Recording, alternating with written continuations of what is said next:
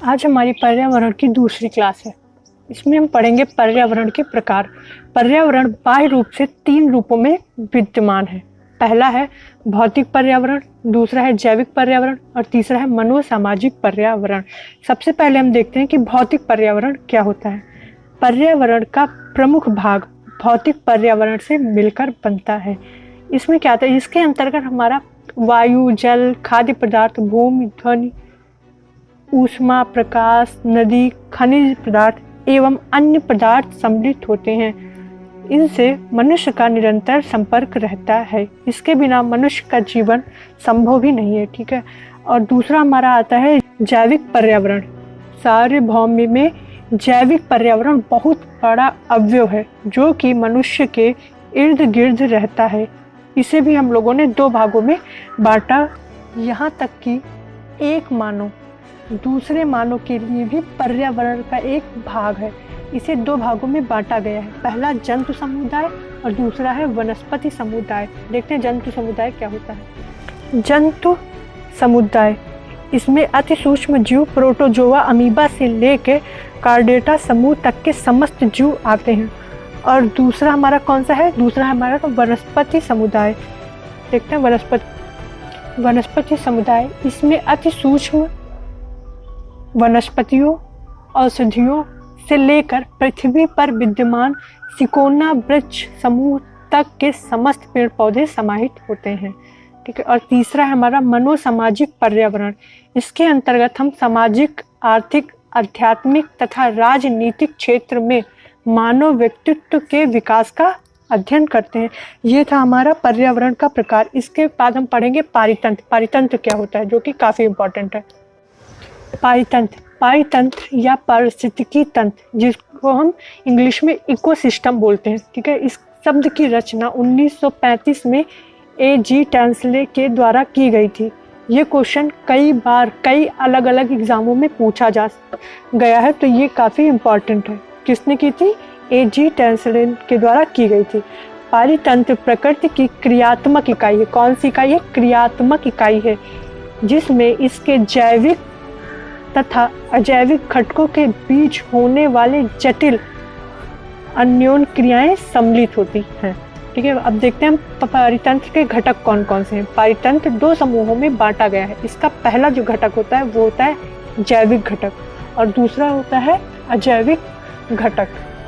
तो हम पढ़ते हैं जैविक घटक क्या होता है। जैविक घटक 3 वर्गों में विभाजित किया गया है। सबसे पहले पारितंत्र के 2 घटक होते हैं। ठीक है। जैविक घटक, अजैविक घटक। अजैविक घटक में भी 3 वर्ग विभाजित हैं। पहला है भौतिक कारक, जैसे हमारा सूर्य का प्रकाश, तापमान, वर्षा, आर्द्रता, दाब। यह पारितंत्र में जीवों की वृद्धि को सीमित एवं स्थिर बनाए रखता है। कोई चीज़ कितने मात्रा में, उसकी सीमितता बहुत आवश्यक है, इसलिए यह इसे बिल्कुल सीमित बनाए रखता है। अकार्बनिक पदार्थ क्या होता है? दूसरा हमारा घटक है वो है अकार्बनिक पदार्थ, जैसे carbon dioxide, nitrogen, oxygen, phosphorus, sulphur, जल, चट्टान, मिट्टी तथा अन्य खनिज। वो हमारा अकार्बनिक पदार्थ के अंदर आता है, जो कि अजैविक घटक का एक वर्ग है। तीसरा है हमारा कार्बनिक पदार्थ, कार्बोहाइड्रेट, प्रोटीन, लिपिड, प्रमुख तथा पदार्थ। प्रमुख पदार्थ यह सजीव तंत्र के मूलभूत अंग हैं। एक सजीव के लिए कार्बोहाइड्रेट, प्रोटीन, लिपिड ये सब बहुत ज़रूरी होता है और इसलिए ये जैविक तथा अजैविक घटकों के बीच की कड़ी बोले जाते हैं। अगर किसी में पूछा जाता है कि जैविक तथा अजैविक घटकों के बीच की कड़ी किसे बोला जाता है, तो वो हमारा कार्बनिक पदार्थ होता है। इसका पार्ट नंबर 2 है जैविक घटक क्या होता है। अजैविक घटक हमने पढ़ा, अब हम पढ़ते हैं जैविक घटक क्या होता है। उत्पादक, सबसे पहले हम देखते हैं उत्पादक। हरे पौधे प्रकाश संश्लेषण द्वारा पूरे पारितंत्र के लिए भोजन का निर्माण करते हैं। हरे पौधे क्या होते हैं? वह स्वपोषी होते हैं। ठीक है। उपभोक्ता क्या होता है? यह विषमपोषी होता है। ठीक है। और स्वपोषियों द्वारा संश्लेषित किए गए भोजन को खाता है। जैसे हरे पौधे सूर्य के प्रकाश से भोजन बनाते हैं और उन्हें वो घास हुआ, जैसे उसे खरगोश या कोई और कीड़ा मकोड़ा खा लेता है।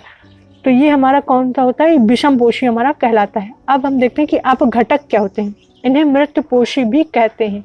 यह अधिकतर बैक्टीरिया मतलब जीवाणु और कवक होते हैं। इन्हें अपरदभोजी भी कहते हैं। पारितंत्र के कार्य कौन कौन से हैं? पारितंत्र जटिल परिवर्तनात्मक तंत्र है। ये विशिष्ट कार्य करते हैं, जैसे खाद्य श्रृंखला में ऊर्जा का प्रवाह करना, पोषकों का चक्रण, पारिस्थितिकीय अनुक्रम और समास्थापन। समास्थापन में दलदल, घास के मैदान, तालाब, झीलें, मरुस्थल और जंगल प्राकृतिक पारितंत्र के उदाहरण हो जाते हैं। ये मानव निर्मित पारितंत्र है। ठीक है, पारितंत्र के प्रकार कौन कौन से हैं? पहला है प्राकृतिक पारितंत्र, दूसरा है मानव निर्मित पारितंत्र। प्राकृतिक पारितंत्र क्या है? जो पूर्ण रूप से सौर विकिरण पर निर्भर है। ठीक है, जो पूर्ण रूप से सौर विकिरण पर निर्भर है वो कौन सा है? हमारा प्राकृतिक पारितंत्र। इसके अंदर कौन कौन सा आता है? उदाहरण देख लेते हैं, जैसे जंगल हुआ, घास का मैदान हुआ, समुद्र, झील, नदियाँ, मरुस्थल। इनसे हमें भोजन, ईंधन, चारा तथा औषधियाँ प्राप्त होती हैं। ये हमारा किस में आता है? ये सब हमारा प्राकृतिक पारितंत्र में आता है। अब हमारा दूसरा है मानव निर्मित पारितंत्र। इसमें क्या है? पारितंत्र सौर ऊर्जा निर्भर, इसे सौर ऊर्जा पे निर्भर होता है। उदाहरण के लिए खेत व एक्वाकल्चर, तालाब, ये सब हमारा क्या है? मानव निर्मित है, जो मानव द्वारा बनाया गया हो। ठीक है, वो होता है मानव निर्मित। दूसरा है जीवाश्म ईंधन पर निर्भर, जैसे नगरीय और औद्योगिक पारितंत्र होता है, वो हमारा मानव निर्मित जीवाश्म ईंधन पर निर्भर होता है। देखते हैं खाद्य जाल क्या होता है। एक पारिस्थितिकी तंत्र की सभी खाद्य श्रृंखलाएं कहीं ना कहीं आपस में जुड़ी होती हैं और इसी से हमारा खाद्य जाल बनता है। ठीक है, खाद्य श्रृंखला क्या होता है? भोजन या ऊर्जा संबंधी आवश्यकताओं के आधार पर पारितंत्र में विभिन्न जातियों के बीच के संबंध को खाद्य श्रृंखला कहते हैं। ठीक है, इसे खाद्य श्रृंखला कहते हैं। किसी भी खाद्य श्रृंखला में हरे पौधे सौर ऊर्जा को रासायनिक ऊर्जा में बदलकर खाद्य पदार्थों के रूप में संचित करते हैं। सबसे इम्पोर्टेंट इसमें हमारे हरे पौधे होते हैं। ये क्या करते हैं? ये हमारे जो हरे पौधे होते हैं वो सौर ऊर्जा को रासायनिक ऊर्जा में बदलकर खाद्य पदार्थ के रूप में संचित करते हैं। अतः हरे पौधे उत्पादक कहलाते हैं। क्वेश्चन पूछा जाता है हरे पौधे किस में आते हैं, तो ये हमारा उत्पादक में होता है। ठीक है, उसके बाद जो शाकाहारी जीव इन उत्पादकों से अपना भोजन प्राप्त करते हैं। जो शाकाहारी जीव होते हैं वो इन पौधों को खाकर अपना भोजन प्राप्त करते हैं। अतः यह प्रथम श्रेणी के उपभोक्ता होते हैं। तो इसमें पूछा जाता है कि प्रथम श्रेणी के उपभोक्ता तो ये कौन से होते हैं? जो शाकाहारी जानवर होते हैं वो हमारे प्रथम श्रेणी के उपभोक्ता कहलाते हैं। इसके बाद हमारा मांसाहारी जीव आते हैं। मांसाहारी जीव अपने भोजन के लिए इन शाकाहारी क्या करते हैं? ये शाकाहारी जो होते हैं जीव इनको खा लेते हैं। ठीक है, शाकाहारी जीव पर निर्भर रहते हैं। यह द्वितीय अथवा तृतीय श्रेणी के उपभोक्ता कहलाते हैं। खाद्य श्रृंखला में जीवों द्वारा ऊर्जा का प्रवाह होता है वो एक दिशीय होता है। जैसे पौधे। ठीक है, पौधे जो उत्पादक होते हैं, पौधे मतलब उत्पादक चूहे या टिड्डियों द्वारा खाए जाते हैं। टिड्डियों को मेढक खा लेता है, मेढक को सांप और सांप को बाज खा लेता है। ठीक है, तो ये पूरी प्रक्रिया चलती रहती है हमारी खाद्य श्रृंखला के अंदर। पौधे उत्पादक है, इसमें टिड्डी क्या है? प्राथमिक या उपभोक्ता होता है। मेढक हमारा द्वितीय उपभोक्ता होता है और सांप तृतीय उपभोक्ता होता है। बाज क्या होता है? बाज हमारा सर्वोच्च मांसाहारी की श्रेणी में आता है। तो ये था हमारा खाद्य श्रृंखला की खाद्य श्रृंखला क्या कैसे होता है।